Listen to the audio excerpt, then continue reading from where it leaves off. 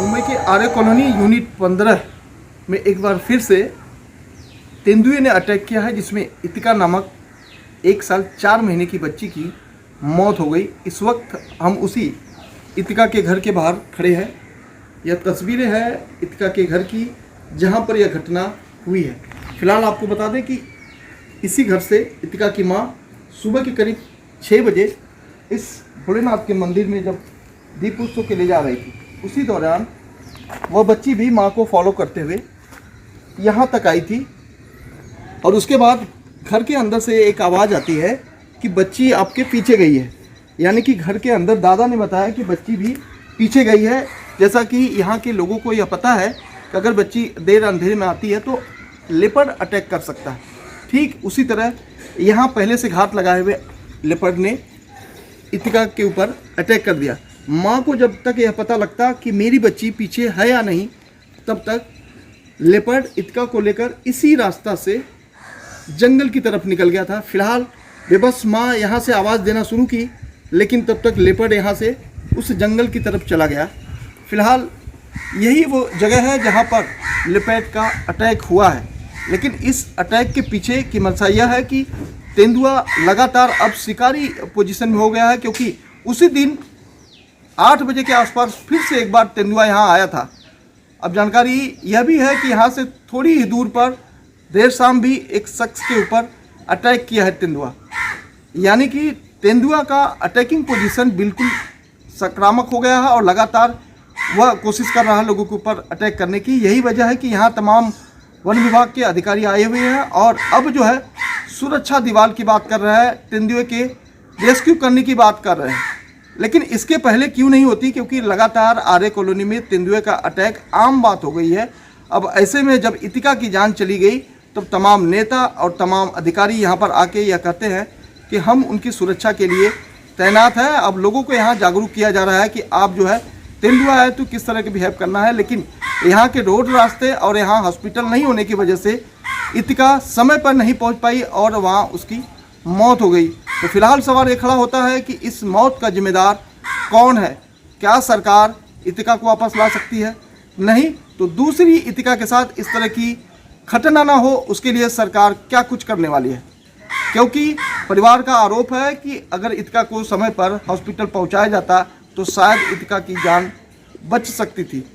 फिलहाल तमाम यहाँ वन विभाग के अधिकारी आए हुए हैं और उस शिकारी तेंदुए को ट्रैप लगाने की कोशिश की जा रही है। लेकिन जब तक ट्रैप नहीं लगाया जाता, तब तक यहाँ पर रहने वाले लोगों को मन में डर का माहौल बना हुआ है।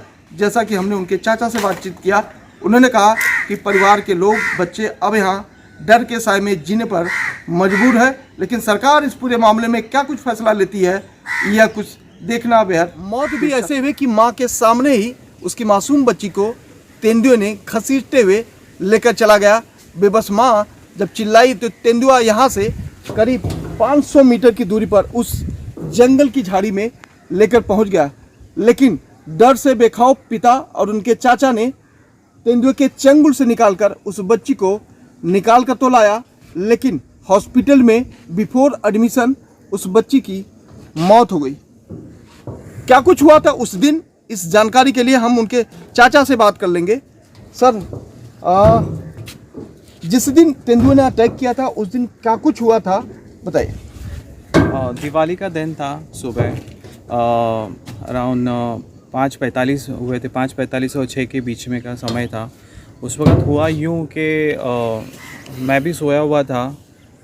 मालूम पड़ा बाहर से आवाज़ आई कि बच्ची को उठा लिया करके, और ऑल ऑफ सडन मैं बाहर आया देखने के लिए, तो कुछ दिखा नहीं। उसकी मम्मी ने इशारा किया कि यहाँ पर लेकर गया है करके। तो हम बिना कुछ सोचे समझे वहाँ से जंगल की तरफ भागे और देखने के कि कहीं पे कहाँ पर बच्ची को लेकर गया है। हम चारों तरफ ढूंढे, नहीं मिले।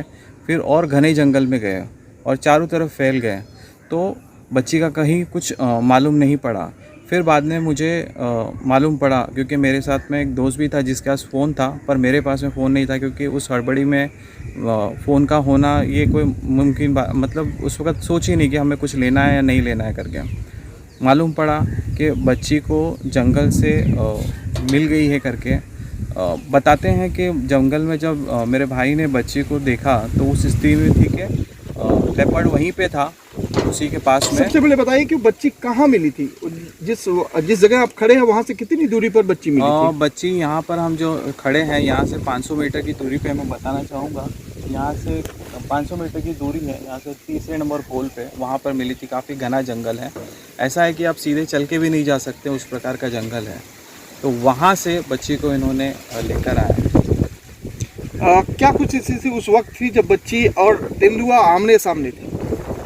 ऐसी स्थिति थी कि मतलब बच्ची को आप ले नहीं सकते उसके सामने, क्योंकि वो लेपर्ड भी वहीं पे था और बच्ची भी वहीं पे लेटी हुई थी करके। तो भाई ने और मामा दोनों साथ में थे। कहीं कैसे कैसे करके हमने तेंदुए का ध्यान भटकाया और बच्ची को उसके मुंह के सामने से खींच लिया फिर। और ध्यान भटकाने के बाद में चीता शायद कोशिश भी किया होगा, पर ये वहाँ से लेकर भागे, बच्ची को लेकर भागे, तुरंत नीचे आए, मतलब घर की ओर आए। और हमारा यही था कि तुरंत हम उसको हॉस्पिटल में लेके जाएं, क्योंकि उस वक्त बच्ची की जान थी, वो ऊ करके मतलब सांस भी ले रही थी और उस वक्त वो लाइव थी। तो हमें कैसे ना कैसे करके उसे मतलब बचाना ही था। बहुत बुरी कोशिश की, पर आखिर में हॉस्पिटल लेकर गए, एडमिट किया। मालूम पड़ा कि उसका जो ब्रेन है वो डेड हो गया करके। तो बिल्कुल आप समझ सकते हैं कि एक पिता के सामने लाचार बेबस बच्ची तेंदुए के चंगुल में कैसे फंसी थी, उसको कैसे निकाला गया। यह तस्वीरें आपने सुनी कि किस तरह से पिता और चाचा ने और बाकी लोगों ने मिलकर तेंदुए को बच्ची के चंगुल से तो निकाला, लेकिन बिफोर एडमिशन बच्ची की मौत हो गई। फिलहाल हम यह जानने की कोशिश करेंगे कि जो हॉस्पिटल की तरफ से रिपोर्ट दी गई है उस रिपोर्ट में क्या कुछ बताया गया है, मौत का कारण क्या बताया गया? हॉस्पिटल में जो रिपोर्ट दी गई है उसमें ये बताया गया था कि तेंदुए ने जिस प्रकार उसके गर्दन से पकड़ी थी, तो बोलते कि गर्दन जो नेक था उसको ट्विस्ट किया गया था। मतलब तेंदुए ने जब उसको पकड़ा था तो उसकी गर्दन टूट चुकी थी, जिसके कारण उसका ब्लड सर्कुलेशन हेड तक नहीं पहुंचा और ब्रेन डेड हो गया था उसका। क्या तेंदुआ बच्ची को इंजरी में कहाँ कहाँ चोट लगी थी, क्या कुछ दिखा उस तस्वीर में? इंजरी एज एन हाथ पैर वगैरह कहीं पे भी उसने बाइट नहीं ली थी, कुछ कहीं काटा वगैरह नहीं था, उसने सिर्फ गर्दन ही पकड़ के रखी थी। और गर्दन में बताते हैं पोस्टमार्टम में कि एक जो दांत होते हैं लेपर्ड के वो काफ़ी अंदर घुस गया था उसका, और उसके कारण उसका ब्लड सर्कुलेट नहीं हो पाया और ऑक्सीजन वो नहीं ले पाई और डेड हो गया करके। तो बिल्कुल देखिए, एनिमल एक्सपर्ट भी यही बताते हैं कि जब कोई भी तेंदुआ किसी भी जानवर को अगर अटैक करता है तो जब तक उसकी डेथ नहीं हो जाती, यानी कि जब तक ब्रीदिंग चलती रहती तब तक वह उसे बाइट नहीं करता, यानी कि खाता नहीं, काटता नहीं है। ठीक उसी तरह की स्थिति थी, बच्ची अलाइव थी, पिताजी सामने थे, घर के लोग भी सामने थे, लेकिन तेंदुए के चंगुल से निकालना था। लिहाजा ये अच्छी बात रही कि उस वक्त बच्ची जिंदा रही जब तेंदुए के चंगुल में थी, लेकिन पिता ने हिम्मत करके उसके चंगुल से तो निकाल लिया, लेकिन हॉस्पिटल पहुंचते पहुंचते देर हो गई, क्योंकि मुंबई के आर्य कॉलोनी में न तो रास्ता है न तो सुरक्षा की कोई इंतजाम किए गए हैं। फिलहाल इस पूरे मामले में यहाँ के स्थानीय विधायक रविंद्र वाइकर जरूर आए थे, उन्होंने क्या कुछ कहा यह भी जानकारी ले लेते हैं। सर, क्या कुछ कहा वाइकर जी ने? वाइकर जी ने बोला है कि जो भी आपको हेल्प लगेगी यहाँ के लोगों को, मैं ऐसी घटना दोबारा न हो पाए उसके लिए उन्होंने बताया है। और जो फॉरेस्ट के अधिकारी है उसी वक्त मौजूद थे, उनको भी ये कहा है कि आपके जो एनिमल्स हैं, क्योंकि इससे पहले भी एक घटना घट चुकी है यहाँ पर आर्य डेयरी के पास में, उन्होंने भी ये बताया कि आपके पास में जब ऐसा घटना घटी तो आपने ट्रैपर्स वगैरह क्यों नहीं लगाए करके। तो उन्होंने ये देखते हुए ट्रैपर्स वगैरह लगा लिया और वो फॉरेस्ट डिपार्टमेंट मांग की है कि आप जल्दी से जल्दी वो लेपर्ड को पकड़िए। और जो रही बात आगे की, जैसे कि हॉस्पिटल्स वगैरह है, उसके लिए उन्होंने बोला विचार करेंगे और आगे के लिए। देखिए, इस तरह की जो घटनाएं लगातार हो रही है उसमें आप किसे दोषी मानते हैं? इस वक्त मैं ये नहीं कर पाऊँगा कि मैं दोषी किसे मानूँ। दोषी इस वक्त मैं यही बोलना चाहूँगा कि यहाँ पर जो सुविधा है आर्य कॉलोनी में आज हम रह रहे हैं, कम से कम मुझे बॉर्न बॉटअप में यही हुआ, 40 साल हो गया मुझे। सुविधा ऐसे कि यहाँ पे नियर बाय हॉस्पिटल्स नहीं है और यहाँ पे जो रोड वगैरह की सुविधा है, क्योंकि जब हम किसी को लेके जाएं यहाँ से, मतलब कोई भी स्थिति में, तो रोड वगैरह अगर प्रॉपरली रहे तो हम किसी को भी फट से एडमिट करवा सकते हैं। वो यहाँ पर फैसिलिटी नहीं, स्ट्रीट लाइट नहीं है। तो मैं यही मांग करूँगा कि ये सब चीज़ें अगर रहेंगी फ्यूचर में तो ये घटना दोबारा नहीं हो पाएगी।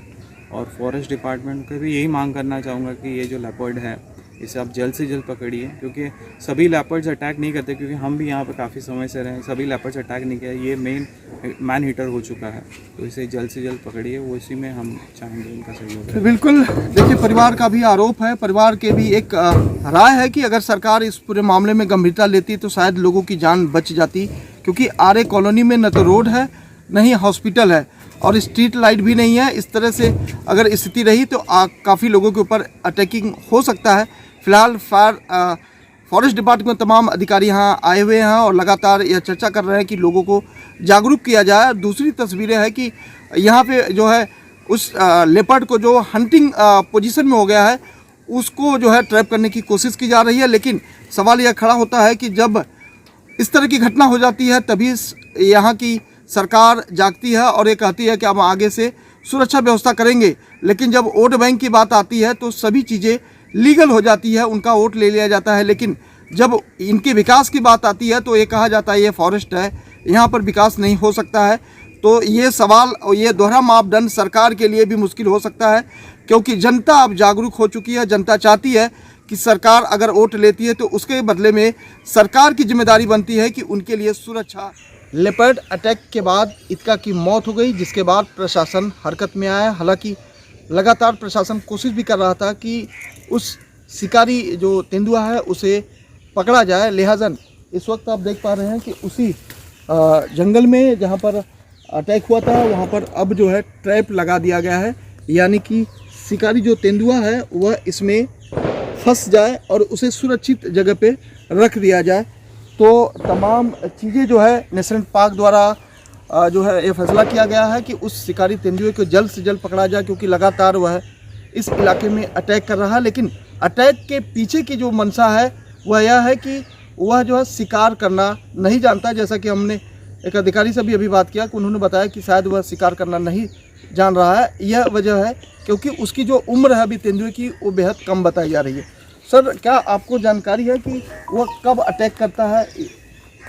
वो रात को 6 बजे के बाद और सुबह 6 बजे के पहले वो उसका टाइमिंग है, इसमें वो अटैक करते थे। क्या वजह है? इस अमूमन नेशनल पार्क में जो तेंदुआ होता है वो अटैक नहीं करते, लेकिन यहाँ का तेंदुआ क्यों ऐसे अटैक कर रहा है? यहाँ की तेंदुआ का क्या है, वो प्रॉपर उनका शिकार करने का उसको प्रशिक्षण नहीं होता है। उसका मम्मी जो होता है उसको वो इतना वो एरिया भी नहीं मिलता है, कहाँ की पैच वो जंगल है, उसकी वजह से वो उनको ज़्यादा स्पेस नहीं मिलता है, उसकी वजह से वो ट्रेन नहीं हो पाती है।